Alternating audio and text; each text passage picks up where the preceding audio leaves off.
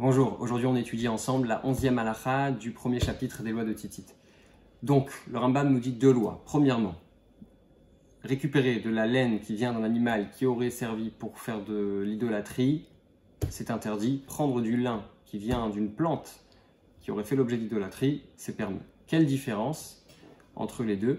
Alors, déjà il faut savoir une chose, c'est qu'un animal qui fait l'objet d'idolâtrie, on a le droit de se servir de sa chair, de sa viande, etc.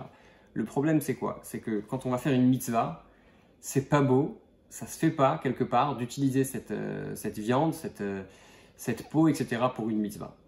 Alors, quelle différence avec la laine, avec le lin, pardon?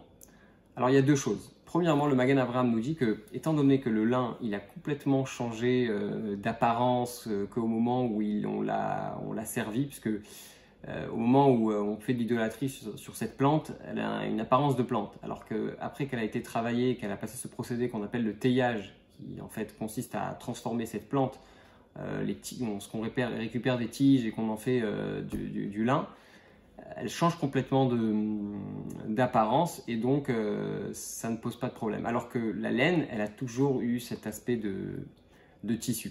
Ça, c'est la réponse du Magen Avraham. Le Chelkat Yoav explique, donc c'est tous les deux des commentaires sur le Shulchan Aruch, le code de la loi juive. Il explique que même si c'est pas une question d'apparence pour lui, en fait il y a tout un procédé qu'on appelle en français le filage textile, tvia en hébreu, qui est aussi qui a besoin d'être fait pour la mitzvah. Et donc dans la laine, on peut pas la faire parce qu'elle vient d'une mauvaise origine, alors que le lin, à partir du moment où il a été transformé, au moment où on fait le filage textile, il n'a plus du tout cette appartenance avec ce qu'il avait avant. Alors, vous allez me dire, très bien, mais concrètement, on a cette idée dans la Torah qui est: on n'a pas le droit de faire une mitzvah à partir d'une avéra. On n'a pas le droit de faire une action positive à partir de quelque chose de négatif. Alors pourquoi est-ce qu'ici c'est pas la même chose? Il y a aussi deux réponses sur ça. Il y a la réponse du Taz, qui est aussi un commentaire du Shulchan Aruch, qui explique que c'est quoi une mitzvah qui vient d'une avéra? C'est quoi une action positive qui vient d'une action négative? C'est que quand c'est la personne elle-même qui le fait. Ça veut dire que quelqu'un qui pendant Shabbat, je pense que c'est le meilleur exemple, pendant Shabbat, si quelqu'un a fait une erreur et il a manipulé des choses qu'il ne devait pas manipuler, ou il a cuit quelque chose, etc., les autres pourront en profiter. Alors que lui, il ne pourra pas en profiter. Bien sûr, je dis ça dans certaines conditions.